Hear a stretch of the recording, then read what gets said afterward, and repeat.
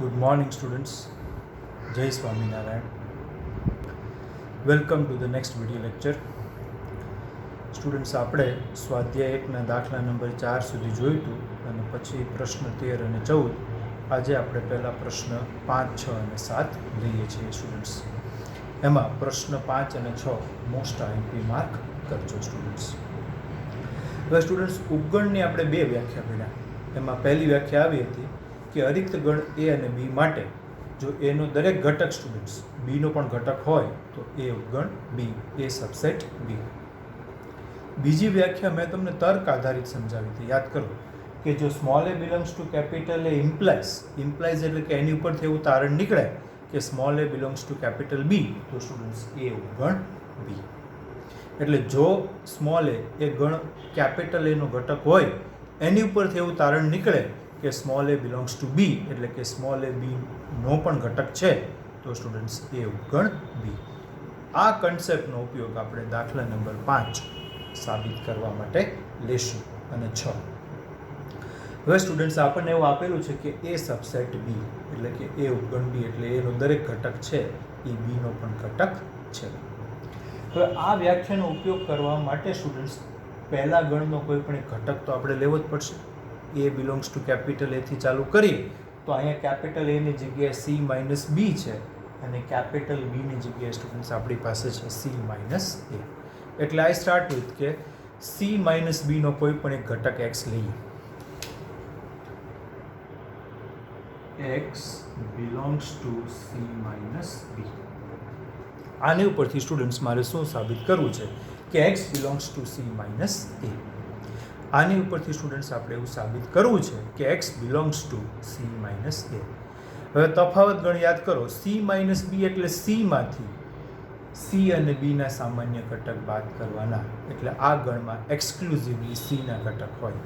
તો આની ઉપરથી સ્ટુડન્ટ્સ ધીસ ઇમ્પ્લાઇઝ કે એક્સ બિલોંગ્સ ટુ સી પરંતુ x does not belongs to બી.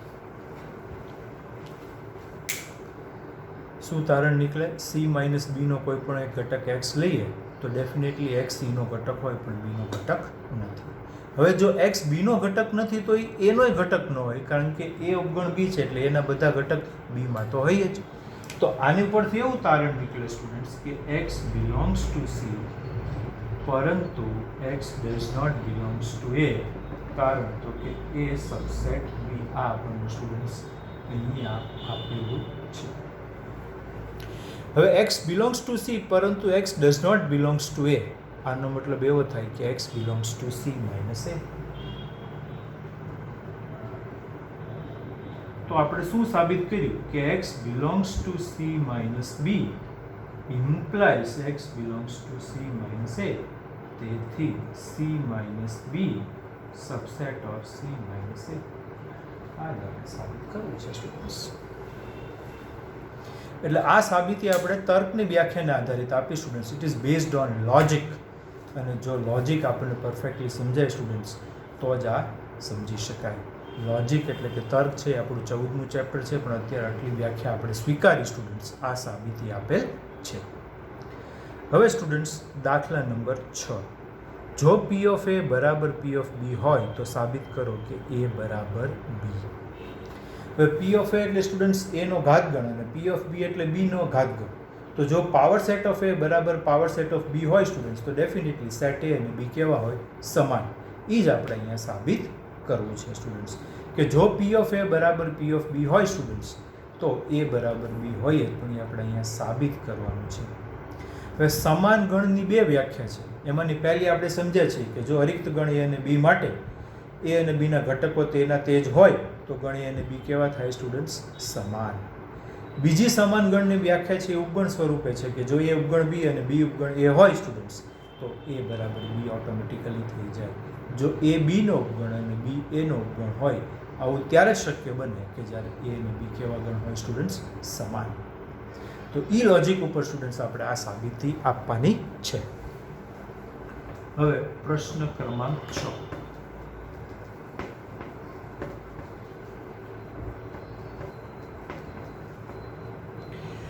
હવે સ્ટુડન્ટ્સ આપણને એવું આપેલું છે કે P of A is equal to P of B. તો આમાંય તમારે એ બરાબર બી સાબિત કરવું છે, એટલે એ ઉપગણ બી અને બી ઉપગણ એ સાબિત કરવા માટે હું એવું લખી લઉં કે ધારો કે કોઈ ઘટક x બિલોંગ્સ ટુ એ, કોઈ અરિક્ત ગણ એ માટે x સભ્ય છે. x બિલોંગ્સ ટુ એ હોય તો ડેફિનેટલી x કેવો ગણ થયો? અરિક્ત ગણ. હવે જો x એનો સભ્ય હોય, ધારી લે કે એના ઘટકો છે x y z, તો એકાકી ગણ x છે સ્ટુડન્ટ્સ એનો સબસેટ થાય. તો this implies singleton set x subset A. અને પાવર સેટમાં સ્ટુડન્ટ્સ યાદ રાખો, ઘાત ગણમાં દરેક ઘટક છે એ એક ગણ સ્વરૂપે છે. તેથી આપણે ડેફિનેટલી એવું કહી શકીએ, તેથી એકાકી ગણ x belongs to p of a. હવે સ્ટુડન્ટ્સ એકાકી ગણ x belongs to p of a, તો એકાકી ગણ x belongs to p of b, કારણ કે p ઓફ a અને p ઓફ b સમાન છે. This implies કે એકાકી ગણ x belongs to p of b. આની પરથી એવું સાબિત થાય કે x b નો ઘટક છે. આની પરથી શું સાબિત થયું કે x b નો ઘટક છે. તો x belongs to a implies x belongs to b. તેથી a સબસેટ b. આને હું કહી દઉં પરિણામ a. આ જ રીતે બી સબસેટ એ સાબિત કરી શકાય. આને કહીએ પરિણામ 2. તો 1 અને 2 પરથી સ્ટુડન્ટ્સ આપણે એવું સાબિત કર્યું કે ગણ એ અને બી કેવા ગણ છે? સમાન. That's all. આ થઈ ગયાની સાબિતી સ્ટુડન્ટ્સ. તો આ બંને દાખલામાં સ્ટુડન્ટ્સ આપણે તર્ક આધારિત સબસેટની વ્યાખ્યાનો ઉપયોગ કર્યો. એટલે આ બંને દાખલા સ્ટુડન્ટ્સ 2 વાર ગણજો એટલે તમને સમજાઈ જશે. હવે 7મો પ્રશ્ન સ્ટુડન્ટ્સ, કોઈ પણ ગણ a અને b માટે p ઓફ a યોગ p ઓફ b બરાબર p ઓફ a યોગ b સત્ય છે. તમારા જવાબની યથાર્થતા ચકાસો. સ્ટુડન્ટ્સ આપણો જે જવાબ છે એને કાઉન્ટર એક્ઝામ્પલથી આપણે વેરીફાઈ કરવાનો છે સ્ટુડન્ટ્સ. આપણા જવાબની યથાર્થતા ચકાસવી, આનું અર્થઘટન એવું થાય કે આને એક્ઝામ્પલથી વેરીફાઈ કરો. તો આપણે સાવ સહેલામાં સહેલા ગણ લઈ અને આ વેરીફાઈ કરીએ સ્ટુડન્ટ્સ.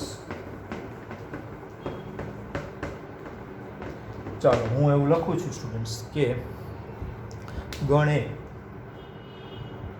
ધારો કે ગણ એ બરાબર સિંગલટન સેટ 1 અને ગણ બી બરાબર સિંગલટન સેટ 2, તો સ્ટુડન્ટ્સ એ યોગ બી થશે 1 2. આટલું તો બધાને સમજાય. હવે સ્ટુડન્ટ્સ પ્રશ્ન પ્રમાણે આ 3ના ઘાત ગણ લખીએ સ્ટુડન્ટ્સ આપણે.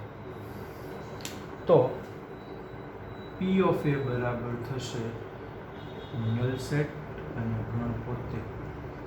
p ઓફ b બરાબર થશે નલ સેટ અને ગણ પોતે. p ઓફ a યોગ p ઓફ b થશે સ્ટુડન્ટ્સ નલ સેટ, એકાકી ગણ 1 અને એકાકી ગણ 2. હવે p ઓફ a યોગ b થશે નલ સેટ, એકાકી ગણ 1, એકાકી ગણ 2 અને ગણ પોતે બધા ઉપગણ. તો આપણે જોઈ શકીએ કે p ઓફ a યોગ p of b not equal to p of a યોગ b. તેથી આપેલું વિધાન અસત્ય છે, ફોલ્સ છે. દરેક પરિસ્થિતિ માટે સ્ટુડન્ટ્સ આ વિધાન સત્ય નથી. Clear students? તો આ સાબિત કરોના પ્રશ્નો અને આવા ટાઈપના પ્રશ્નો છે સ્ટુડન્ટ્સ, એ આપણી ગુજકેટ અને JEE મેઇન્સ માટે ખૂબ જ અગત્યના પ્રશ્નો છે સ્ટુડન્ટ્સ. હવે સ્ટુડન્ટ્સ આપણે 8મો પ્રશ્ન લઈએ છીએ અને 8મા પ્રશ્ન માટે સ્ટુડન્ટ્સ આપણે એક અગત્યની વ્યાખ્યા અથવા તો અગત્યનું સૂત્ર સમજીએ છીએ. આ તફાવત ગણને આધારિત સૂત્ર છે સ્ટુડન્ટ્સ, અને એ સૂત્ર આપણે કાઉન્ટર એક્ઝામ્પલથી સમજીએ સ્ટુડન્ટ્સ, અને પછી સ્ટુડન્ટ્સ આપણે છે એ આની સાબિતી આપી.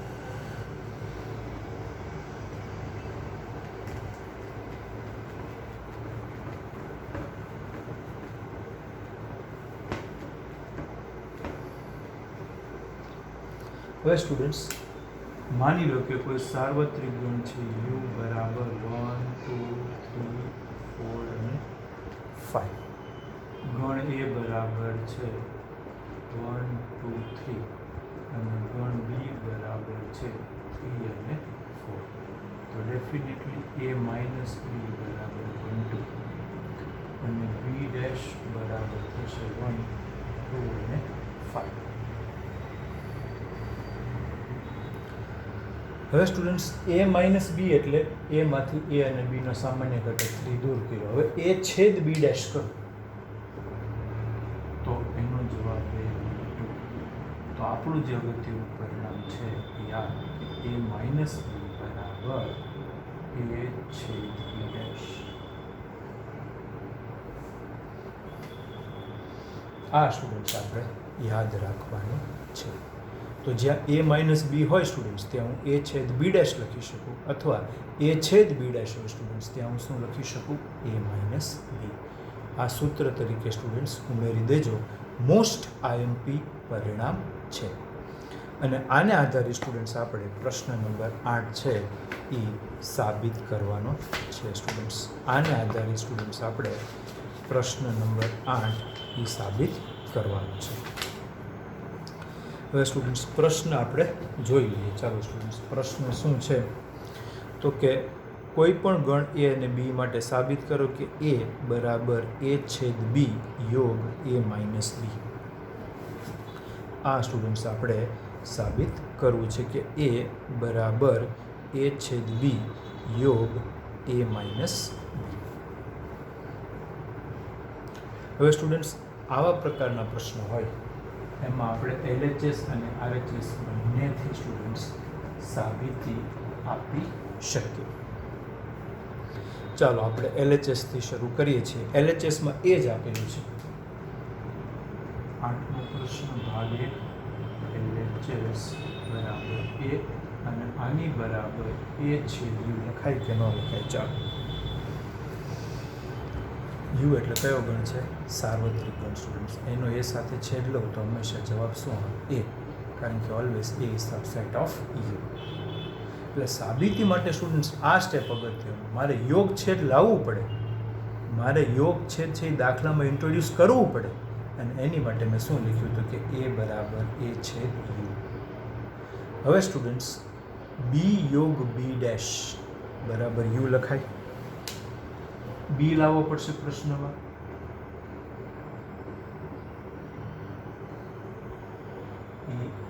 એનો જવાબ અહીંયા છે. કારણ કે જ્યાં સુધી હું b ન લાવું ત્યાં સુધી a છેદ b યોગ a માઇનસ b મારે કઈ રીતે સાબિત કરવું સ્ટુડન્ટ્સ? એટલે પહેલો સ્ટેપ કે દાખલામાં યોગ અને છેદ ઇન્ટ્રોડ્યુસ કરો. જે હોય અહીંયા મેં છેદથી લાવ્યો જવાબ a ઇન્ટરસેક્શન u બરાબર એ થાય.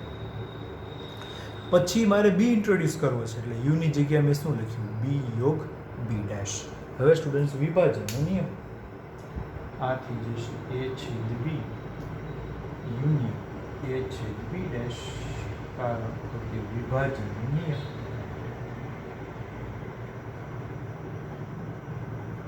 ડિસ્ટ્રીબ્યુટિવ લો. હવે હમણાં સૂત્ર જોયું a છેદ b ડેશ બરાબર શું થાય? a minus b. તો આ થઈ ગયું a છેદ b યોગ a માઇનસ b. કારણ કે a છેદ b ડેશ બરાબર a માઇનસ b અને એની બરાબર RHS. તેથી સ્ટુડન્ટ્સ LHS બરાબર RHS સાબિત થઈ. એટલે very easy students. These questions are very easy if you understand how to start. તમને સમજાવવું જોઈએ કે આ ક્યાંથી શરૂ કરવું અને કઈ રીતે એક એક સ્ટેપ લખ્યો આપણે. પહેલાં યોગ છેદ લાવવા માટે મેં શું લખ્યું? a બરાબર a ઇન્ટરસેક્શન u. હવે u માંથી b માં કન્વર્ટ કરવો છે આખો દાખલો એટલે b યોગ b ડેશ. b અને એના પૂરક ગણનો યોગ કરીએ તો u આવે અને પછી વિભાજનના નિયમથી આપણી RHS આપણે લાવ્યા સ્ટુડન્ટ્સ. હવે આનો બીજો ભાગ છે સ્ટુડન્ટ્સ. આ જ પ્રશ્નનો બીજો ભાગ છે a યોગ b માઇનસ a.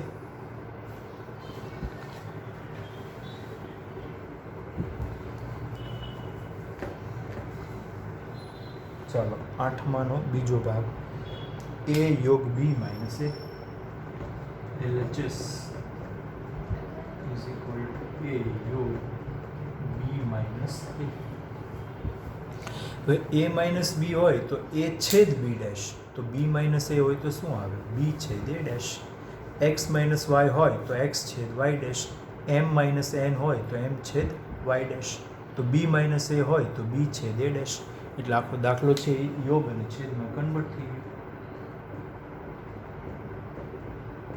કારણ તો કે બી માઇનસ એ બરાબર બી છેદ એ ડેશ. હવે વિભાજનનો નિયમ, એ યોગ બી છેદ એ યોગ એ ડેશ. હવે અહીંયા લખશું વિભાજનનો નિયમ.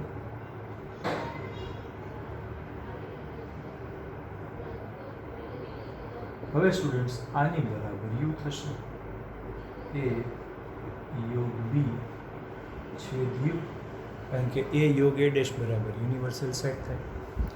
હવે આપણે જવાબમાં શું લાવવું છે? એ યોગ બી, એ યોગ બી છેદ યુ બરાબર એ યોગ બી જ આવે, અને એની બરાબર RHS. તો students LHS is equal to RHS. Hence prove. સાવ સહેલા પ્રશ્નો સ્ટુડન્ટ્સ, આનાથી સહેલા પ્રશ્નો હોઈ શકે નહીં. હવે 9મો ગણીએ સ્ટુડન્ટ્સ. ચાલો, આ છેલ્લો સાબિત કરવાનો દાખલો. પછીના દાખલા આપણે આવતા લેક્ચરમાં લઈશું. પછી આપણે 15મો અને 16મો સ્ટુડન્ટ્સ ખૂબ મજા આવે ઇન્ટરેસ્ટિંગ દાખલા ગણશું.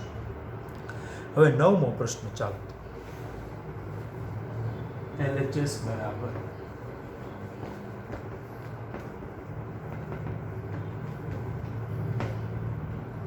એ યોગ એ છેદ બી.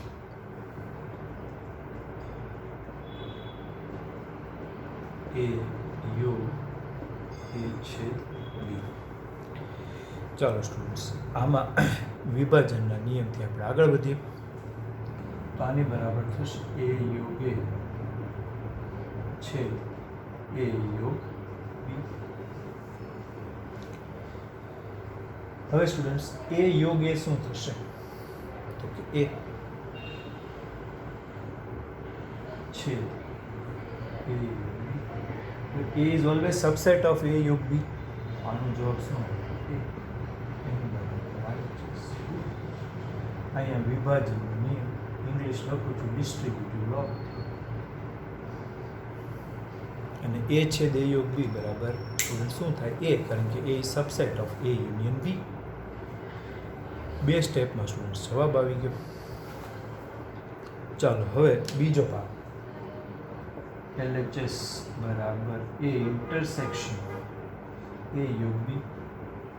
ચાલો, આમાં વિભાજનનો નિયમ એ ઇન્ટરસેક્શન એ યુનિયન એ ઇન્ટરસેક્શન બી. હવે એ છેદ એ થાય, એ યોગ એ છેદ બી બરાબર શું થઈ જાય સ્ટુડન્ટ્સ? એ યોગ એ છેદ બી, એ છેદ બી એનો ઉપગણ હોય, તો આની બરાબર શું આવી ગયું? એ, એની બરાબર RHS. LHS બરાબર RHS. Hence prove. 2 સ્ટેપના દાખલા છે સ્ટુડન્ટ્સ, સાવ સહેલા. એકવાર સમજીને ગણી નાખો, અને દાખલા ગણતા પહેલાં ડિસ્ટ્રીબ્યુટિવ લો 2 વાર લખો એટલે સ્ટુડન્ટ્સ પૂરું થઈ જાય. આ સાબિતી ક્લિયર. હવે સ્ટુડન્ટ્સ એક એવો પ્રશ્ન ગણીએ છીએ કે જે વેન આકૃતિથી થઈ જાય. સૂત્રની મદદથી 10 સ્ટેપમાં જવાબ આવે, વેન આકૃતિની મદદથી 3 સ્ટેપમાં જવાબ આવે સ્ટુડન્ટ્સ, માત્ર 3 સ્ટેપ. એટલે તમને ખૂબ મજા આવી જાય એવો પ્રશ્ન આપણે ગણીએ છીએ સ્ટુડન્ટ્સ. પ્રશ્ન 15 અને પ્રશ્ન 16, 13 અને 14 તો સ્ટુડન્ટ્સ આપણે ઓલરેડી ગણેલા છે.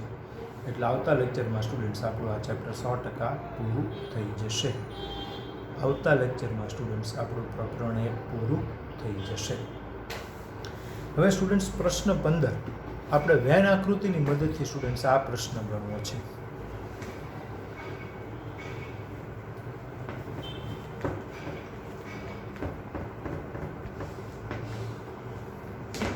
અને આ 3 ગણવાળી વેન આકૃતિ છે students. This is Venn diagram of 3 sets.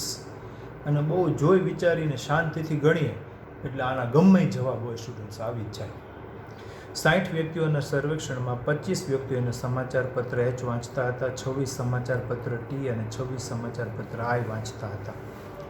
સમાચાર પત્ર એટલે ન્યૂઝપેપર. હવે આટલું ઇંગ્લિશમાં બોલું તો આઈ થિંક બધાને સમજાશે સ્ટુડન્ટ્સ.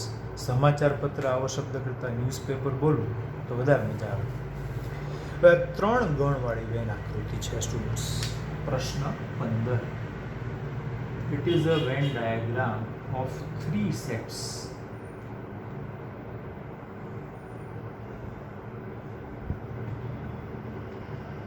ચાલો આ પહેલો ગણ, આ બીજો ગણ અને આ ત્રીજો ગણ.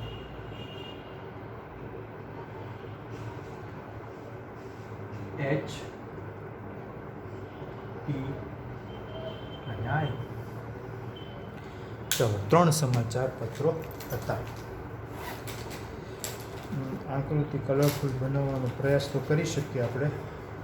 જોઈએ તમને જો આ લીલી માર્કરથી થોડું દેખાય તો વાંધો નથી સ્ટુડન્ટ્સ. ન દેખાય તો આપણે બ્લેક અને બ્લુથી જ લખીએ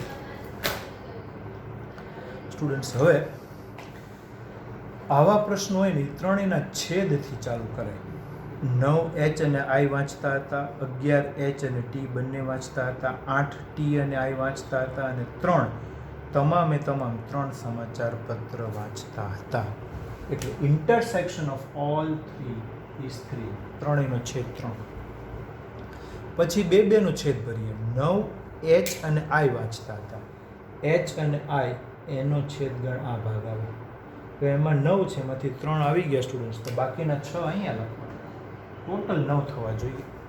11 H અને T વાંચતા હતા આ ભાગ, એમાં 3 આવી ગયા તો બાકીના અહીંયા 8 લખાય. અને સ્ટુડન્ટ્સ 8 T અને I, આનો છેદ 8, 3 આવી ગયા એટલે અહીંયા 5. આવી રીતે સ્ટુડન્ટ્સ આ દાખલા પરફેક્ટલી સમજાય. સ્ટેપ બાય સ્ટેપ પહેલાં ત્રણેયનો છેદ, પછી બેનો છેદ, પછી એક ઊંધું કરવાનું. હવે 25 વ્યક્તિઓ સમાચાર પત્ર H વાંચતા હતા. 8 ને 3 11, 11 ને 6 17, તો 25માંથી 17 બાદ કરવું તો અહીંયા 8 લખવાનું. પછી 26 સમાચાર પત્ર T વાંચતા હતા. 8 ને 3 11, 11 ને 5 16, 26માંથી 16 બાદ કરવું તો અહીંયા 10 લખવાનું. અને 26 સમાચાર પત્ર I વાંચતા હતા. 6 ને 3 9, 9 ને 5 14, 26માંથી 14 અને 12. આ ટેકનિક છે સ્ટુડન્ટ્સ. આમાં એક પણ સૂત્ર તો આવે નહીં. હવે જે માહિતી જોવે સ્ટુડન્ટ્સ એ બધી જ માહિતી આપણને આ વેન આકૃતિ પરથી મળે. હવે હું એમ કહું કે ઓછામાં ઓછું એક સમાચાર પત્ર વાંચતા એટલે આ બધા ઘટકોનો સરવાળો. આપણો પહેલો પ્રશ્ન છે કે ઓછામાં ઓછું એક સમાચાર પત્ર વાંચનાર. આન્સર 1. ઓછામાં ઓછું એક સમાચાર પત્ર વાંચનારની સંખ્યા. એટલે આ બધાનો સરવાળો કરતા જઈએ. ચલો 12, 8, 20 ને 10 30, 30 ને 8 38, 38 ને 3 41, 41 ને 6 47, 47 ને 5 52. ટૂંકમાં આ બધા જ ઘટકોનો એક વાર સરવાળો એટલે H યોગ T યોગ I છે એનો જવાબ આવી જાય. માત્ર એક જ સમાચાર પત્ર વાંચનાર. બીજો આન્સર માત્ર એક ન્યૂઝપેપર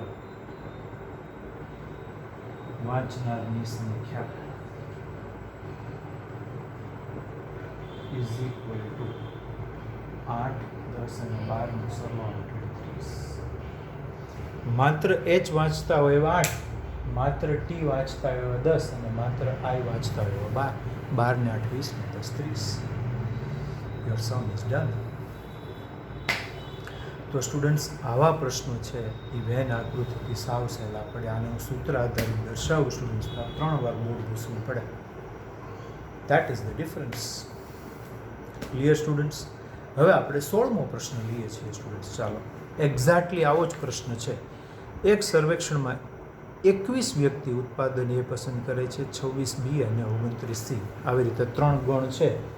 ચાલો આપણે ફરી વાર વેન આકૃતિ સ્ટુડન્ટ્સ દોરી.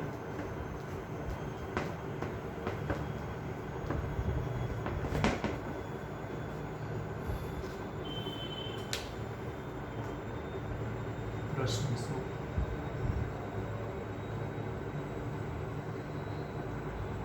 યુનિવર્સલ સેટ આગળ A, આગળ B, આગળ C,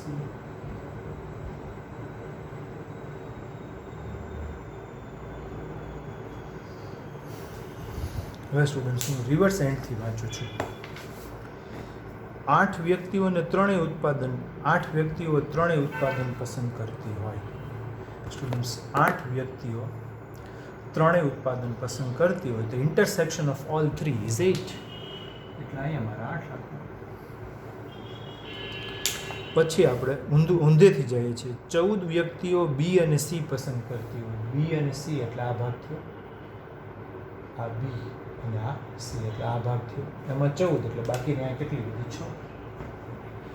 પછી 12 વ્યક્તિઓ એ અને સી એટલે આ ભાગ થયો તો 12 એમ તો અહીંયા 8 આવી ગયો એટલે અહીંયા 4. અને 14 વ્યક્તિઓ એ અને બી એટલે આ ભાગ અહીંયા 8 આવી ગયા એટલે અહીંયા 6. પછી 21 વ્યક્તિ ઉત્પાદન એ પસંદ કરે છે. 6 ને 4 10 ને 8 18. 21માંથી 18 બાદ કરો અહીંયા માત્ર 3. પછી 26 વ્યક્તિ ઉત્પાદન બી પસંદ કરે છે. 6 ને 8 14 ને 6 20. 26માંથી 20 બાદ કરો અને 6. અને 29 ઉત્પાદન સી પસંદ કરે છે. તો 6 ને 4 10 ને 8 18. 29માંથી 18 બાદ કરો. એટલે મેં આ જે ઘટકો લખ્યા ને સ્ટુડન્ટ્સ એની સિક્વન્સ તમે સમજો. પહેલાં ત્રણેયનો છેદ, પછી બેનો છેદ ને પછી એક. આપણે રિવર્સ સાઈડમાં જવાનું છે સ્ટુડન્ટ્સ. આપણી ગાડી છે એ રિવર્સમાં દોડાવવાની છે. જો આપણી ગાડી અહીંયા રિવર્સમાં દોડાવીએ સ્ટુડન્ટ્સ તો ઇઝીલી સમજાઈ જાય. હવે હું એમ કહું કે માત્ર ઉત્પાદન એ ગમતા હોય એવા કેટલા? તો કે 3. માત્ર ઉત્પાદન બી ગમતા હોય એવી કેટલી વ્યક્તિ? તો કે 6. માત્ર ઉત્પાદન સી ગમતું હોય એવી કેટલી વ્યક્તિ? તો કે 11. તો પ્રશ્નમાં આપણને શું પૂછેલું છે? તો કે માત્ર ઉત્પાદન સી પસંદ કરતી વ્યક્તિઓની સંખ્યા. આન્સર ઉત્પાદન સી પસંદ કરતી વ્યક્તિની સંખ્યા એવી તો માત્ર ઉત્પાદન બી પૂછવું હોય તો 6. માત્ર ઉત્પાદન એ પૂછવું હોય તો 3. એમ કીધું હોય તો કે માત્ર 2 જ ઉત્પાદન ગમતા હોય એવી વ્યક્તિ કેટલી? તો આ 6 4 10 ને 6 16. માત્ર 2 ઉત્પાદન ગમતા હોય સ્ટુડન્ટ્સ એવી કેટલી વ્યક્તિ? તો આ 2 નો છે, 3 નો નહીં. 6 + 4 10 + 6 60. માત્ર એક જ ઉત્પાદન ગમતું હોય એવી વ્યક્તિઓની સંખ્યા કેટલી? તો કે 3 + 6 9 9 + 11 20. એટલે આ વેન આકૃતિ પરથી જેટલા પ્રશ્નો શક્ય હોય સ્ટુડન્ટ્સ એ બધાનો જવાબ મળી જાય છે. So this is very interesting. It is like a puzzle. તમે આ વેન આકૃતિની મદદથી જ આ દાખલા ગણજો સ્ટુડન્ટ્સ. સાવ સહેલા થઈ જાય અને ખૂબ જ મજા આવે. આવો પણ પ્રશ્ન પૂછી શકાય કે 2 કે 2 થી વધુ ઉત્પાદન ગમતા એવી વ્યક્તિઓની સંખ્યા કેટલી? 2 એટલે આપણે આ 16 તો ગણ્યા જ છે. થી વધુ એટલે 3. 16 ને 8 કેટલા? 24. તો આવો પ્રશ્ન હોય કે 2 કે 2 થી વધુ ઉત્પાદન ગમતા વ્યક્તિની સંખ્યા કેટલી? તો કે 6 + 4 10 + 8 18 18 + 6 24. તો આમાંથી સ્ટુડન્ટ્સ જેટલા પ્રશ્નો બનાવવા હોય એટલા પ્રશ્નો બની શકે. Provided students your Venn diagram is perfectly right. તો સ્ટુડન્ટ્સ હવે આપણા માત્ર ને માત્ર 3 પ્રશ્નો બાકી રહ્યા. પ્રશ્ન 10, 11 અને 12. અને પછી સ્ટુડન્ટ્સ આપણે આ પ્રકરણ પૂરું કરશું. અત્યારે નથી કરાવતો સ્ટુડન્ટ્સ, ભલે આપણે એની માટે એક નવું લેક્ચર લેવું પડે, પણ આજના લેક્ચર માટે આપણે સફિશિયન્ટ કન્સેપ્ટ ભણી લીધા છે. છતાં પ્રશ્ન 5 અને 6માં કંઈ ડાઉટ હોય તો તમે ગમે ત્યારે મને વોટ્સઅપ કરીને કે ફોન કરીને પૂછી શકો. આજના બધા પ્રશ્નો 2 વાર એકવાર જોઈ અને સમજીને સ્ટુડન્ટ્સ અને બીજી વાર જોયા વગર. તો આ લેક્ચર આપણે અહીંયા પૂરું કરીએ છીએ students. Stay safe, stay home and work hard. Time is money students, time is irreversible. સમય એકવાર જાય છે પછી પાછો આવતો નથી. Thank you students. બીજું આપણે વિશેષ આવતા